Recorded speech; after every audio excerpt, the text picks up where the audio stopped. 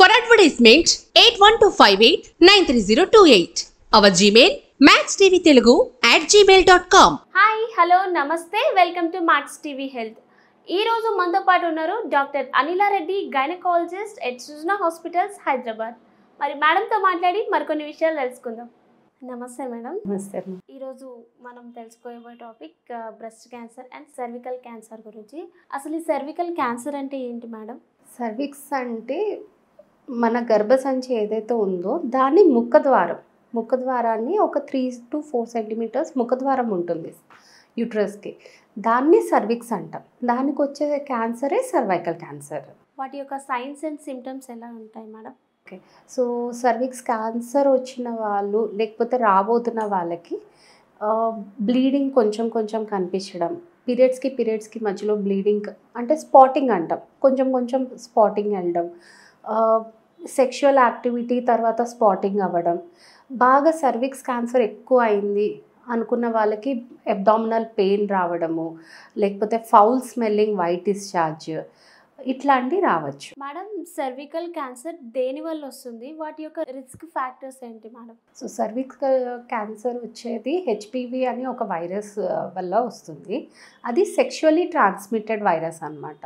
So HPV వైరస్లో చాలా variants ఉంటాయి. దాంట్లో కొన్ని వేరియంట్స్ వల్ల ఇది సర్వికల్ క్యాన్సర్ అనేది వస్తుంది. అండ్ రిస్క్ ఫ్యాక్టర్స్ అంటే ఎవరు ఎక్కువ ఎఫెక్ట్ అవుతారు దీనివల్ల అంటే మల్టిపుల్ సెక్షువల్ పార్ట్నర్స్ ఉన్నవాళ్ళు, అర్లీ ఏజ్లో పిల్లలు కన్నవాళ్ళు ఆర్ పెళ్ళి అయిన వాళ్ళు, స్మోకర్స్, అండ్ ఎక్కువ రోజులు ఎవరైతే ఓసిపి పిల్స్, కాంట్రాసెప్టివ్ పిల్స్ వాడతారో, ఎవరికైతే వీక్ ఇమ్యూన్ సిస్టమ్ ఉంటుందో, ఇట్లాంటి వాళ్ళు కొంచెం ఎక్కువ మనకి. అండ్ మల్టిపుల్ ప్రెగ్నెన్సీస్, సో 3 కన్నా ఎక్కువ ప్రెగ్నెంట్ అయిన వాళ్ళు, ఇట్లాంటి వాళ్ళు కొంచెం ఎక్కువ రిస్క్ ఫ్యాక్టర్స్ అన్నమాట వీళ్ళందరూ. సో వాళ్ళు మనం ఎక్కువ టెస్టింగ్ అనేది ఎక్కువ జాగ్రత్తగా చేయాల్సి వస్తుంది. మేడం, సర్వికల్ క్యాన్సర్ రాకుండా ఉండడానికి ఎటువంటి ప్రికాషన్స్, ఎటువంటి జాగ్రత్తలు తీసుకోవాలి మేడం? సో ఎట్లయితే మనం రిస్క్ ఫ్యాక్టర్స్ ఉన్నామో, సో సేమ్ రాకుండా ఉండడానికి కూడా అవే.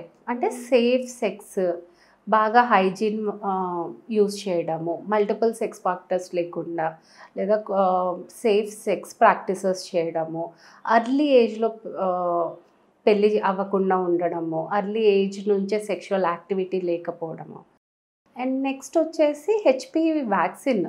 So HPV vaccine 9 to 14 years babies, male అయినా ఫీమేల్ అయినా, వాళ్ళకి కంపల్సరీ 2 డోసెస్ ఇచ్చిన మనం హెచ్పివి ఇన్ఫెక్షన్ నుంచి ఆర్ క్యాన్సర్స్ నుంచి వాళ్ళని కాపాడగలము. సో ముందేమైంది అంటే 9 to 14 లోపల 2 డోసెస్ అని చెప్పేవాళ్ళం. అండ్ 14 to 26 ఇయర్స్ వాళ్ళకి 3 డోసెస్. అండ్ 26 ఇయర్స్ తర్వాత వదిలేసేవాళ్ళం, ఇంకా వాళ్ళకి ఏమి ఇచ్చేవాళ్ళం కాదు.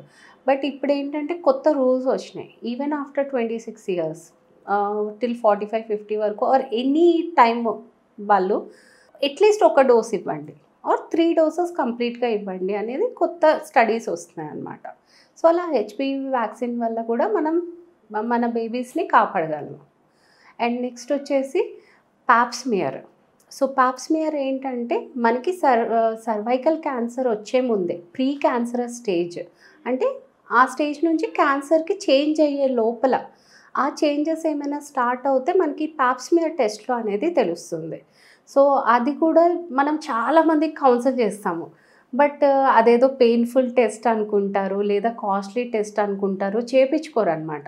సో పాప్స్మియర్ టెస్ట్ అనేది వెరీ పెయిన్లెస్, కొంచెం డిస్కంఫర్ట్ ఉండొచ్చు కానీ పెయిన్లెస్. సో ఇది ఏంటంటే ఎవ్రీ 3 ఇయర్స్, ఎప్పుడు చెప్పిన నుంచి అంటే 21 ఇయర్స్ దాటినప్పటి నుంచి till your 65, every 3 years.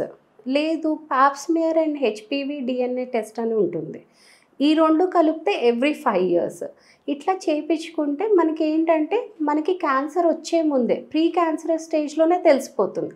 So మన ట్రీట్మెంట్ ఏదైతే ఎక్స్టెన్సివ్ ట్రీట్మెంట్ తీసుకోవాలో అది బాగా తగ్గిపోతుంది అన్నమాట. సో సింపుల్ ట్రీట్మెంట్తో అయిపోతుంది అది. So I recommend everyone HPV vaccine తీసుకోండి and every 3 years pap smear test చేయించుకోండి.